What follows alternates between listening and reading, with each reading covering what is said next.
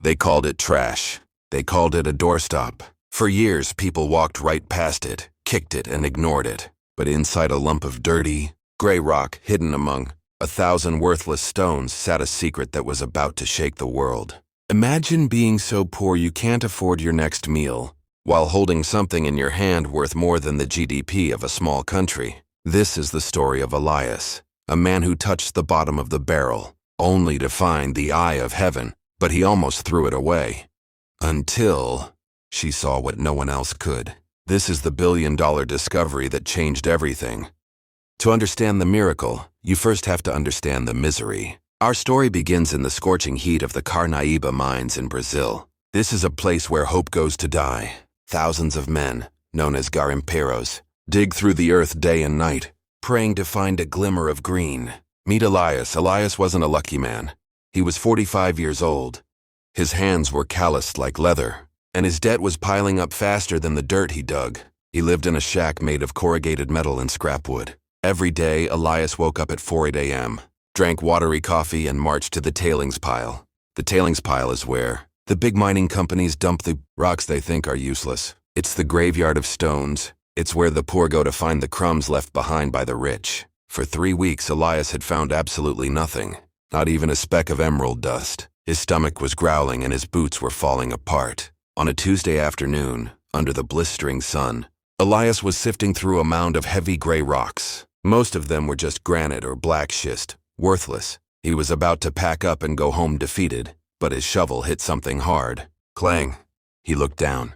It was a massive rock. It was ugly. It was covered in black soot and mica. It stood about 4 feet high and weighed nearly 800 pounds. It looked like a giant fossilized potato. Elias sighed. He kicked it. It didn't budge. To anyone else, it was an obstacle, but Elias noticed something. There was a tiny crack on the side of the rock, and deep inside that crack, shielded by the darkness, was a faint, almost invisible pulse of green light. Elias wasn't a gem expert. He was just a desperate man. He thought, maybe there's a small crystal inside, maybe enough to buy dinner.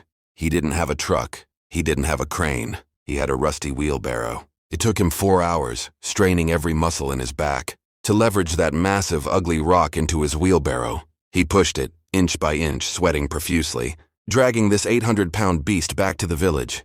The other miners laughed at him. "Hey, Elias, building a wall?" one shouted. "Taking your pet rock for a walk?" another joked. Elias kept his head down. He didn't know that he was pushing $1 billion in a wheelbarrow with a flat tire. The next morning, Elias tried to sell it. But you can't carry an 800-pound rock into a jewelry store. So he did something risky. He chipped off a small corner of the black coating to reveal a window into the stone. He went to the local broker's market, a chaotic street filled with smoke, shouting, and buyers who would cheat their own mothers for a profit. Elias approached the stall of a man, known as the Shark. The Shark was the biggest buyer in town. "What is this garbage?" The Shark sneered, looking at the photos Elias had taken on his cracked phone. I think it's a cluster," Elias stammered. "A big one." The Shark laughed. "It's black schist, Elias, low grade, industrial use only. I'll give you $50 for the whole rock, just because I need something to hold down my tarp." $50. Elias felt his heart sink. $50 wouldn't even pay his rent. He went to the next buyer, then the next. The answer was always the same. Too big to process. Too much rock, not enough gem. "It's ugly, Elias, go home." By noon, Elias was sitting on the curb of the dusty street. The heat was unbearable. He had the photos of his rock in his hand, and tears of frustration were stinging his eyes. He had broken his back moving that stone, and now the world was telling him it was worthless. He made a decision. He would go home, break the rock apart with a sledgehammer, sell the pieces for gravel, and maybe find a new job in the city. He was done dreaming. He stood up to leave, crumbling the photo in his hand. He tossed it toward a trash can. It missed and landed on the sidewalk face up. That's when the universe intervened. A black Land Rover with tinted windows rolled slowly down the street. It was out of place, too clean, too expensive. The car stopped right in front of where Elias was standing. The door opened and a woman stepped out. This was Elena. Elena wasn't a tourist. She was a high-stakes gemologist, representing a private consortium of collectors from Switzerland. She had eyes like a hawk and a reputation for finding what others missed. She was in Brazil looking for aquamarines, not emeralds. She adjusted her sunglasses and walked toward a shop. But as she walked, her heel clicked on the pavement next to the crumpled photo Elias had thrown away. Most people would walk past trash. Elena didn't. She was trained to look for patterns. Even in a blurry, crumpled photo lying on the dirt, she saw a texture that shouldn't be there. She stopped. She bent down and picked up the photo. Elias froze. He watched this elegant woman holding his garbage. He expected her to throw it away. Instead, she frowned. She took off her sunglasses. She held the photo up to the sunlight. She looked around. "Who threw this?" she asked, her voice sharp but not unkind. Elias raised his hand, trembling slightly. "I did, ma'am. It's just trash rock." Elena walked over to him. She looked at his worn-out boots, his dusty shirt, and the desperation in his eyes. Then she looked back at the photo. "Where is this rock?" she asked. "In my shack," Elias said. "I'm going to break it up today." Elena's eyes widened. "Don't you dare touch it with a hammer," she whispered. "Take me to it now." The local brokers watched in shock as the rich foreign lady got into her car and told Elias to lead the way. They laughed. "She's going to be disappointed," they yelled.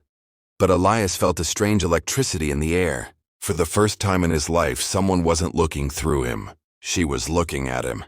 The shack was hot and smelled of damp earth. The massive rock sat in the corner, looking like a dark, brooding beast. Elena didn't mind the dirt. She dropped her expensive bag on the floor and pulled out a specialized, high-lumen torch and a jeweler's loupe. "Turn off the lights," she commanded. Elias flipped the switch, plunging the shack into semi-darkness. Elena pressed the torch against the small crack Elias had chipped away earlier. This is the moment that separates the amateurs from the masters. Usually when you shine a light into a rock, the light stops. It hits the stone and dies. But when Elena pressed the light against this ugly rock, the entire thing didn't just glow. It ignited. The light didn't stop at the surface. It traveled deep into the core of the stone, refracting, bouncing, and amplifying. The dull gray rock suddenly looked like it was holding a green sun inside it. "My God," Elena whispered. She stepped back, covering her mouth. "Is it bad?" Elias asked, terrified. "Elias," she said, her voice shaking. "This isn't a rock with emeralds inside it. This is one giant emerald covered in rock. It wasn't 1,000 separate stones. It was a cluster, a massive fused colony of high-grade emerald crystals, growing together for millions of years, preserved perfectly in the darkness of the earth." Elena pulled out a spray bottle of water and a brush. "We need to wash a section, just to be sure." For the next hour, they worked in silence. Elias poured water. Elena scrubbed. As the black mica washed away, the true color revealed itself. It wasn't the pale green of cheap jewelry. It was lion's emerald, a deep, saturated neon forest green, the kind of green that museums kill for. She did the math in her head. Based on the density and the size, the specimen weighed over 300 kilograms. It contained approximately 180,000 carats of emeralds. She looked at Elias, who was wiping sweat from his forehead. "Elias," she said seriously, "you need to pack a bag." "Why?"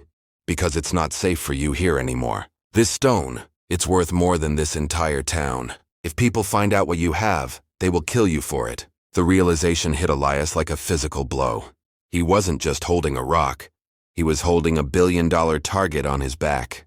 The next 24 hours were like a spy movie. Elena used her satellite phone to call in a private security extraction team. They arrived at midnight. They loaded the rock, now named the Eye of Gaia, into an armored truck. Elias left his shack, his wheelbarrow, and his old life behind. The rock was transported to a secure vault in a capital city, where it was properly cleaned by laser and acid wash.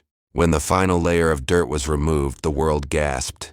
It stood 3 feet tall. It glittered with a prehistoric power. It was appraised not just as jewelry, but as a natural wonder of the world. The estimated value of the raw material? Conservatively $300 million, with a cut value potentially exceeding $1 billion. But what about Elias? The brokers who offered him $50? They are still sitting in the dust, regretting the day they laughed at him. Elias didn't take the full billion. That's just the potential market value. But he sold the specimen to a private consortium arranged by Elena. The payout was enough to ensure that neither he nor his children, nor his children's children, would ever work in a mine again. But the best part of the story isn't the money. Elias returned to his village one last time. He didn't come for revenge. He came to build. With his new fortune, he funded a modern school and a hospital for the mining community. He bought proper equipment for the miners so they wouldn't have to break their backs like he did. And Elena, she didn't just take a commission and leave. She and Elias formed a partnership. They started a company dedicated to ethical mining, ensuring that when the poor find a treasure, they actually get paid for it. The Eye of Gaia now sits in a private collection, a symbol of nature's beauty. But for Elias, it's a symbol of something else. It's a reminder that sometimes the most valuable things in life look like garbage on the outside. It's a reminder that you are only one discovery away from changing your destiny. And most importantly, it's a reminder that when the whole world walks past you, sometimes all it takes is one person to stop, look, and see your true worth. What would you do if you found a rock like that? Would you have sold it for $50 or would you have kept digging? Let me know in the comments below. If you enjoyed this story of luck and destiny, hit that like button and subscribe for more incredible true stories from around the world. I'll see you in the next one.